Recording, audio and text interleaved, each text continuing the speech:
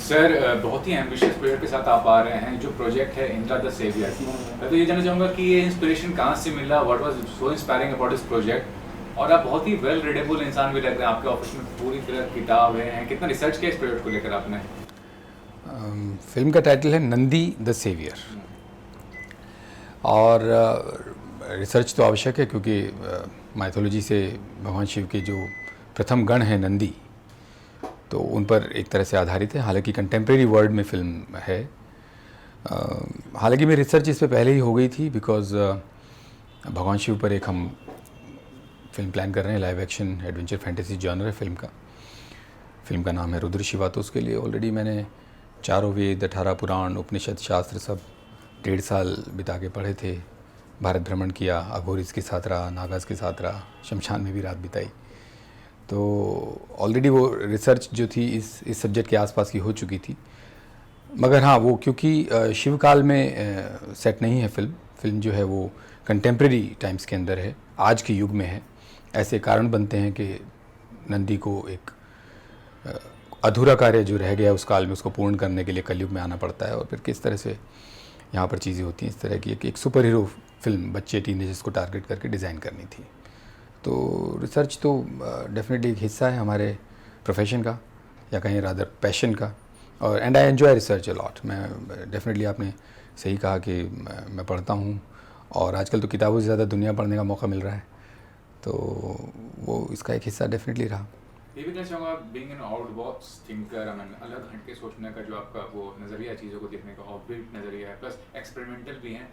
और सबसे पहले कुछ आप करने वाले हैं, शायद वो डिस्क्लोज कीजिए। क्या the first time in India you are going to experiment in creative medium, either with theatre either with film, there is something you want to disclose regarding that? Regarding Nandi the saviour, Nandi theatre से as well as you are part of, you own a theatre group that plan, उसमें भी कुछ experiment करने वाले हैं। उसके बारे में जानना चाहूँगा कि what is so unique you are going to bring to the audience. जी जी जी। देखिए, हमेशा ये प्रयास सभी का रहता है, कोई भी क्रिएटर हो दुनिया में, ये प्रयास रहता है कुछ नया करें। हालांकि बहुत कम लोग इतने ब्लेस्ड होते हैं कि उनको नया करने का इतना मौका मिलता है जो ऑडियंस भी अप्रिशिएट करें, या जिनका एटलीस्ट पैसा रिकवर हो। तो मैं उन ब्लेस्ड लोगों में से हूँ जिनको ये मौका मिला। नाटक की दुनिया में भी हमने कुछ नई चीज़ें की हैं। हमने प्लेबैक थिएटर किया है, फोरम थिएटर, जिसमें कोई स्क्रिप्ट नहीं होती, कोई रिहर्सल नहीं होती, डायरेक्टली ऑडियंस आ जाते हैं। और एक्टर्स हैं, एक्टर्स भी किसी पर्टिकुलर कैरेक्टर में नहीं होते।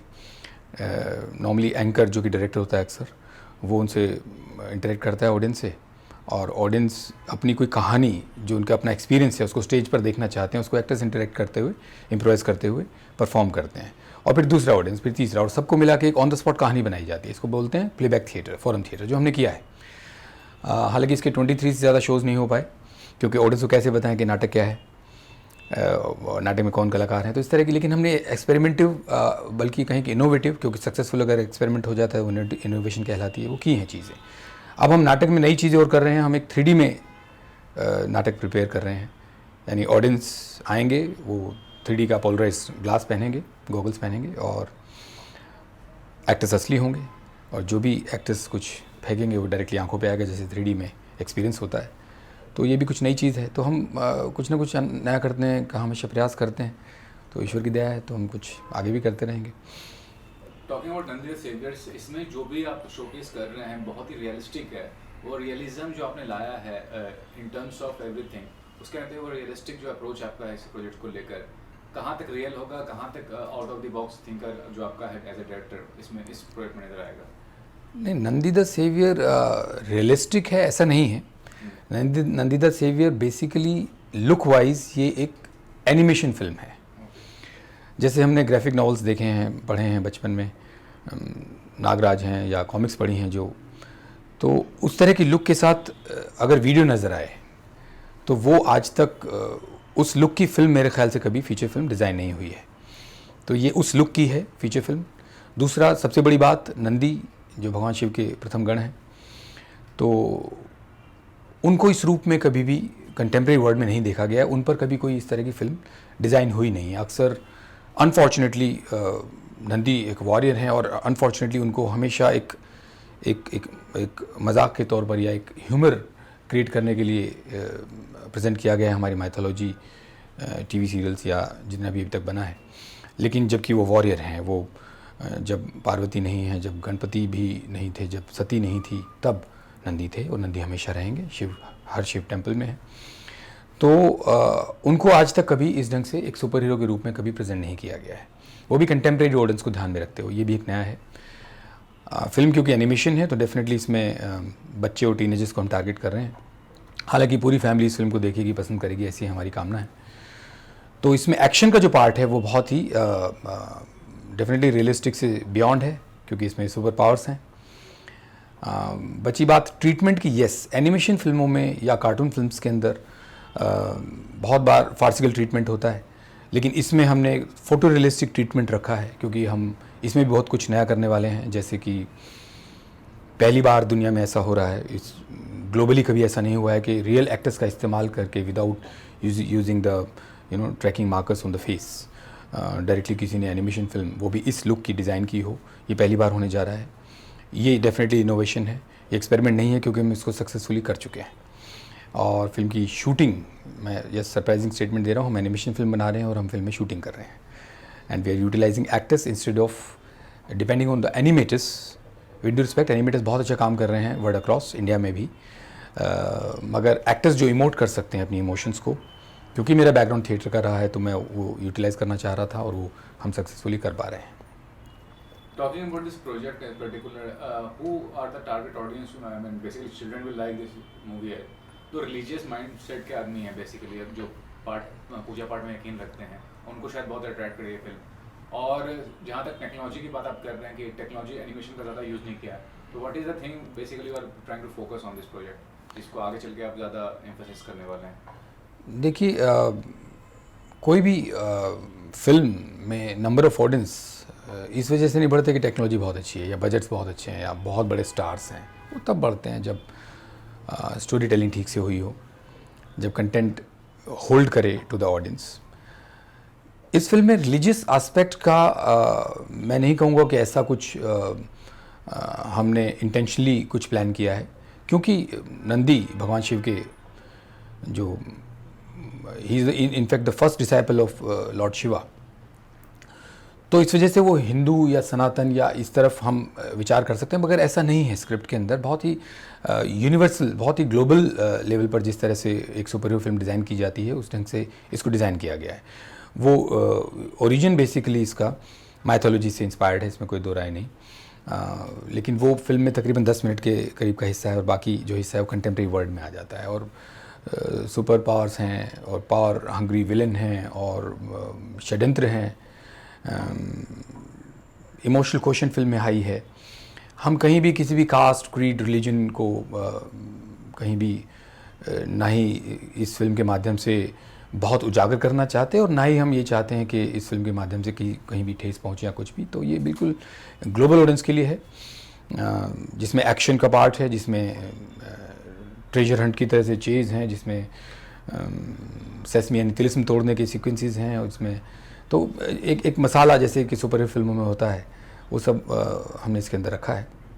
यस, डेफिनेटली ये भी एक हमारा उद्देश्य है कि भारत में लगभग हर जगह शिव टेम्पल पाए जाते हैं हर जहाँ ज़मीन खोदें शिव मंदिर और शिवलिंग निकलते हैं। तो जो मान्यता रही है उसके मुताबिक नंदी हर उसमें एक बिल्कुल पेशेंस के साथ, धैर्य के साथ वहाँ बैठे हैं। तो डेफिनेटली जब सेंट्रल कैरेक्टर नंदी हों तो आप अनभिज्ञ नहीं रह सकते बाकी बातों से। तो ऑडियंस को डेफिनेटली इसमें वो डिवोशन का टच मिलेगा, रिलीजियस टच तो डेफिनेटली इस वजह से है क्योंकि माइथोलॉजी, हिंदू माइथोलॉजी से इंस्पायर्ड है, लेकिन वो डिवोशन का टच है और डिवोशन कहीं भी हो सकता है, किसी भी धर्म में हो सकता है। तो वो डेफिनेटली हमने इसमें। फिर जो नंदी हैं वो जस्टिस के लिए भी वो he is known for power, he is known for his patience. तो सारी चीज़ें जो एक सुपर हीरो में हो सकती हैं, जो ह्यूमन तो त्रुटियों से भरा है, लेकिन सुपर ह्यूमन या सुपर गॉड के फर्स्ट डिसाइपल वो काफ़ी हद तक त्रुटिहीन हो सकते हैं। लेकिन जब वो कलयुग में आते हैं तो किस ढंग से वो मानव की इमोशन से भी प्रभावित होते हैं और किस तरह ये मुझे लगता है कि कहानी को इतनी जल्दी रिवील करना इंटरव्यू मेरे लिए बहुत वाजिब नहीं है, लेकिन समय के साथ हम धीरे धीरे वो चीज़ें रिवील करेंगे। जैसे हम जब ट्रेलर लॉन्च करेंगे तो बहुत सारी चीज़ें सामने आई जाएंगी। Not only different kind of directors, different kind of actor as well, जो आपने द आर्टिस्ट विद में अपना शोकेस किया टैलेंट और एबिलिटी को, वो बताइए कि वो एज एन एक्टर ज़्यादा आपको इंस्पायरिंग लगता है कोई चीज़ करना, या as a director what is most inspiring when you do something different as such? क्योंकि the artist with was not an ordinary project, वो भी आपने अलग एक्सपेरिमेंट किया था, तो उसके बारे में बताइए क्या कहेंगे? देखिए, नाटक की दुनिया से हूँ। दर्पण थिएटर ग्रुप 97 से मुंबई में हम चला रहे हैं और 17-18 नाटक मैंने डायरेक्ट किए हैं, लिखे हैं, अभिनय भी किया है। तो जो स्टेज है वो प्योरली एक्टर्स मीडियम है। वहाँ पर कोई एडिटर बीच में कटिंग नहीं करता, डायरेक्टर कट नहीं बोलता है, वन टेक में करना है, डायरेक्टली ऑडियंस इंटरेक्शन है, डायरेक्टली रिस्पॉन्स मिल जाती है। टीवी जो है वो एक तरह से राइटर्स मीडियम है कि 2.5 घंटे की कहानी को 2.5 साल कैसे खींचें, और फिल्में जो है वो प्योरली डायरेक्टर्स मीडियम है। और तीनों मीडियम में लगभग तीनों डिपार्टमेंट्स में काम करते हुए मुझे ऐसा लगता है कि फिर आपका जो सेंट्रल फोकस वो है वो क्रिएटिविटी रह जाता है।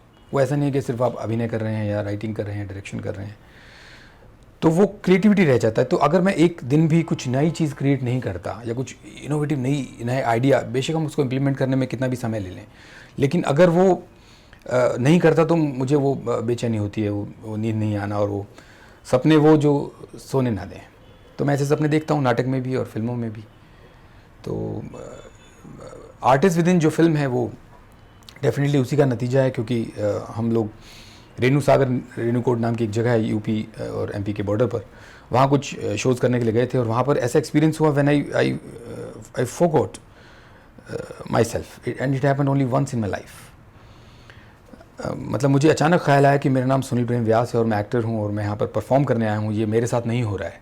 और वो फीलिंग, वो कुछ लम्हों की, मुझे तो टाइम भी नहीं पता, मेरे को एक्टर्स के मुताबिक तो मैं कोलैप्स हो गया था, जबकि मेरी आंखें बंद होने के बावजूद मैं सब कुछ देख पा रहा था। मुझे पूरा अवेयरनेस थी आसपास की चीज़ों की। ये बहुत ही अतिशोक्ति अलंकार जैसी फील साउंड कर सकती है सुनने में, यानी कि थोड़ी एलैबोरेटेड लग सकती है, लेकिन ये फील हुई, और इससे ये फील दोबारा कभी नहीं हुई। I tried my level best, अकेले में भी, परफॉर्म करते वक्त भी, स्टेज पर भी, फिल्म में भी, मगर वो दोबारा कभी नहीं हुआ। लेकिन वो इतनी मेस्मराइजिंग फील थी कि अगर if an actor really goes into the character 100%, then what can happen, and positive also, negative also, you know. तो उसकी बदौलत ये फिल्म बनी द आर्टिस्ट विद इन, जिसमें 2 actors portrait 22 characters in A one night story. और मैंने वो scripting भी, बिकॉज वो एक्सपीरियंस एक बार ऐसा रहा, तो मैंने उसी हिसाब से स्क्रिप्टिंग की और उसको लिखा, फिर हमने उसको एग्जीक्यूट किया। फिल्म कान फिल्म फेस्टिवल में गई और हमें अच्छी अप्रिशिएशन मिली फिल्म की, and we were able to sell the film. This is the best part. Then we could make another film and we could sell that, and then we could make another film. This is how, you know, आपकी पहला जो आपका product है, अगर वो अपना पैसा recover कर लेता है तो आप अगला एक्सपेरिमेंट या अगला इनोवेशन कर सकते हैं। तो ये God has been kind about it. Talking about your project, Take It Easy also, मतलब लीजेंड एक्टर विक्रम गोखले जी के साथ काम किया आपने, और वो प्रोजेक्ट आपका गुजरात में चल भी रहा है, तो क्या कहना कहेंगे, you know, targeting Gujarat, is Hindi film, और take it easy, what is the subject basically जो लोगों को इतना प्रभावित कर रही है, but the kind of promotion you have, the kind of response you got from the schools and other places, how was the feeling when you were getting that kind of response as such? See, I feel very fortunate and blessed. Take it easy जो है बड़ा sensitive subject है। कैसे आजकल ख़ास तौर पे शहरों में, मेट्रो सिटीज़ में, जो माँ बाप हैं बच्चों को गुड ह्यूमन से ज़्यादा सुपर ह्यूमन बनाने में लगे हुए हैं कि बच्चा डांस क्लास भी करे, कराटे भी करे, म्यूज़िक भी करे, 90% प्लस मार्क्स तो चाहिए ही चाहिए। तो एक्सपेक्टेशंस बहुत हाई होने की वजह से ज़्यादातर ऐसा हो जाता है कि बच्चे, एकेडमिक प्रेशर तो है ही, साथ में बहुत प्रेशर फील करते हैं और सुसाइड अटेम्प्ट तक कर लेते हैं। तो इतना सेंसिटिव टॉपिक है, और ऐसे सेंसिटिव टॉपिक पर हिंदुस्तान में बहुत ज़्यादा फिल्में नहीं बनी हैं। फॉर्चुनेटली फिल्में, मैंने रिसर्च जो की थी उसके नतीजे में स्क्रिप्ट डिसेंट लिखी गई। 45 से ज़्यादा मैंने स्कूल विज़िट किए, और सैकड़ों नहीं बल्कि हज़ारों की तादाद में बच्चे, पेरेंट्स, टीचर, प्रिंसिपल, चेयरपर्सन मैंने इंटरेक्शन की, तब जाके स्क्रिप्टिंग की। और जो स्क्रिप्ट थी उसकी एग्जीक्यूशन भी फॉर्चुनेटली वॉचेबल बन गई। तो रिव्यूज़ भी बहुत अच्छे हो गए, 3 स्टार 4 स्टार रिव्यूज़ मिले हमें। फिल्म 2 हफ्ते टिक गई, उसके बाद फिल्म रिलीज़ हुई है। इस वक्त फिल्म एक्चुअली पीके के चौथे हफ्ते में आई थी, और उस वक्त हम 2 हफ्ते टिक गए, बड़ी बात थी। 300 प्लस स्क्रीन्स पे फिल्म थी। फिल्म ने अपना पैसा रिकवर किया। फिल्म ने अपने जो रिव्यू मिलने चाहिए थे, जो डिज़र्विंग था फिल्म को, वो मिला। हालांकि पब्लिसिटी और मार्केटिंग में थोड़ा सा हम प्लस माइनस हुए, जो इस वजह से हमारे जो प्रोड्यूसर साहब हैं उन्होंने, मैंने फिल्म लिखी है, एडिट की और डायरेक्ट की है, इसके प्रोड्यूसर कोई और हैं, तो प्रोड्यूसर साहब ने डिसाइड किया इसको री रिलीज़ किया जाए। तो अब वो री रिलीज़ हुई है फिल्म, लेकिन कोविड चल रहा है तो बहुत सारे सिनेमाज बंद हैं। तो पहले सौराष्ट्र और गुजरात में रिलीज़ हुई, तो 60 स्क्रीन्स पे चल रही है। और and we are hoping really कि आगे आने वाले टाइम में फिल्म और भी अच्छा करे। फिल्म को दादा साहब फाल्के जन्मभूमि पुरस्कार भी मिला है। फिल्म को बेस्ट बैकग्राउंड म्यूज़िक मिला है। फिल्म में कुछ हमारी डिसेंट सी अचीवमेंट्स हैं। उसमें एक्टर्स बहुत अच्छे हैं। विक्रम गोखले साहब, जैसे कि आपने नाम लिया, वो तो three times national award winning हैं। उनके साथ काम करना तो बहुत अच्छा एक्सपीरियंस था। In fact I learn a lot from such legendary actors. Film में और भी अच्छे थिएटर के एक्टर्स हैं। जॉय सेन गुप्ता हैं, राज जोशी हैं, सुलभा आर्या जी हैं, आनंद देसाई जी हैं, ब्रिजेंद्र काला जी हैं। फिल्म में म्यूज़िक भी डिसेंट हुआ है। सोनू निगम, शंकर महादेवन जी, जावेद अली। तो मुझे ऐसा लगता है कि मैं कंटेंटफुल हूँ उस फिल्म को बनाकर। और फिल्म आगे आने वाले टाइम में पूरी फैमिली जैसे कि फिल्म को देख सकती है। सेंसिटिव सब्जेक्ट है, इस सब्जेक्ट पे बनने वाली फिल्में बहुत कम हैं, तो OTT पर और सेटेलाइट पर अच्छा काम करेगी, ऐसी हम कामना करते हैं। Sir, every individual, every director has a dream project kind of thing, and you are coming with Rudra Shiva, जो मैग्निफिसेंट एपिक फिक्शन है। ये रुद्र शिवा का जो कॉन्सेप्ट है और जो आपने जो larger than life image create किया है उस प्रोजेक्ट को लेकर, उसके में बताया कि what is basically project all about and what kind of special treatment viewers are going to get when they are see on the screen as such. Rudra Shiva जो है वो ये समझिए, कुछ तो होते हैं कि आप एक और फिल्म बना रहे हैं, एक और प्रोजेक्ट है, डेफिनेटली पैशनेटली उसकी तरफ काम करते हैं। कुछ होते हैं आपके ड्रीम प्रोजेक्ट होते हैं। कुछ चीज़ें दिमाग से निकलती हैं, कुछ ऐसे दिल से निकलती हैं, कुछ आत्मा से निकलती हैं, कुछ इनके परम्यूटेशन कॉम्बिनेशन से बन के सामने आती हैं। तो रुद्र शिवा ऐसी चीज़ है जो मेरे रोम रोम से निकली हुई चीज़ है, पूरी आत्मा से निकली हुई। भगवान शिव पर कुछ भी लिखने की या कुछ फिल्म जैसे एक ऑडियो विजुअल मीडिया में कुछ बनाने की औकात की हैसियत मुझे नहीं लगता कि मतलब it is such vast subject. वो एक फॉर्मलेस एनर्जी है, that vast nothingness which contains everything is Shiva. उस पर एक ऑडियो विजुअल मीडियम के एक 2-2.5 घंटे में कंटेंट को और सब्जेक्ट को कह देने की जो हैसियत है, वो मुझे नहीं लगता कि मेरे जैसे फिल्म मेकर में है। लेकिन शिव का आशीर्वाद हुआ, ऊपर से ऑर्डर आया, कोई फिल्म बना मुझ पर। मैंने कहा सर, सरस्वती सिर पे बैठ गई और कुछ ऐसा लिखा गया जो मैंने पंडितों महापंडितों को शेयर भी की, सुनाई भी कहानी स्क्रिप्ट के इस ढंग से मैं इसमें डिज़ाइन कर रहा हूँ। और ऐसी चीज़ें हैं इसके अंदर जिसमें कुछ फिक्शन पार्ट भी है, हमारे जो एंटागनिस्ट हैं फिक्शनल हैं। तो सभी जगह से जितने भी हमारे मित्र हैं, या फिल्म इंडस्ट्री में हो या बाहर हो या फैमिली फ्रेंड्स हो, 100 से ज़्यादा लोगों को मैंने स्क्रिप्ट नरेट की लिखने के बाद, तो सभी से बहुत पॉजिटिव बूस्ट आया। और जब मैंने अपने फैमिली ग्रुप में व्हाट्सएप पे लिखा कि मेरा शूटिंग ड्राफ्ट लगभग तैयार है, तो उस दिन सभी ने लिखा होता है हैप्पी महाशिवरात्रि। तो वो एक इतना मेस्मराइजिंग थॉट आई कि नहीं, ये लगता है एक समय है, शिव स्वयं कह रहे हैं भैया अभी शुरू करो फिल्म को। तो now we have started with this is most ambitious project by Darpan theatre and cine art so far, and it requires lot of funds, it requires lot of patience, lot of computer graphics, of course lot of research जो हमने already काफ़ी साल की है। 2016 से मैं इस subject पे काम कर रहा हूँ और स्क्रिप्टिंग में ही काफ़ी साल निकल गए। और उसके बाद अब एक पिचिंग ट्रेलर हम तैयार कर रहे हैं जिस पर 1 साल से काम कर रहे हैं। तो ये एक लार्जर देन लाइफ है। ये मुझे लगता है भारत ने ऐसा अभी तक कुछ देखा नहीं है। तो हम उस लेवल का कुछ काम करने के विचार में हैं, जिसके लिए हम इंटरनेशनल टीम जोड़ रहे हैं। हमारे साथ जो कुछ लोग अभी तक जुड़े हैं वो भी इंटरनेशनल हैं, भारत के भी लोग हैं। तो बस वो आशीर्वाद रहे तो हम उसको करेंगे। Sir, lastly asking as an individual also, आपका पर्सनालिटी बहुत ही डिफरेंट है। I mean your thought process regarding the life, neither you have any habit of drinking, neither smoking, and even on the sets you don't allow non-veg food too. तो वो जो इतना glamour factor में इतना simplicity जो आपका thought है और आपका लाइफस्टाइल है, उसके बताइए कि वो कहाँ से इंस्पायरिंग वो इंस्पिरेशन हुआ है? पहली बात तो थैंक यू सो मच अगर आपको ऐसा लगता है।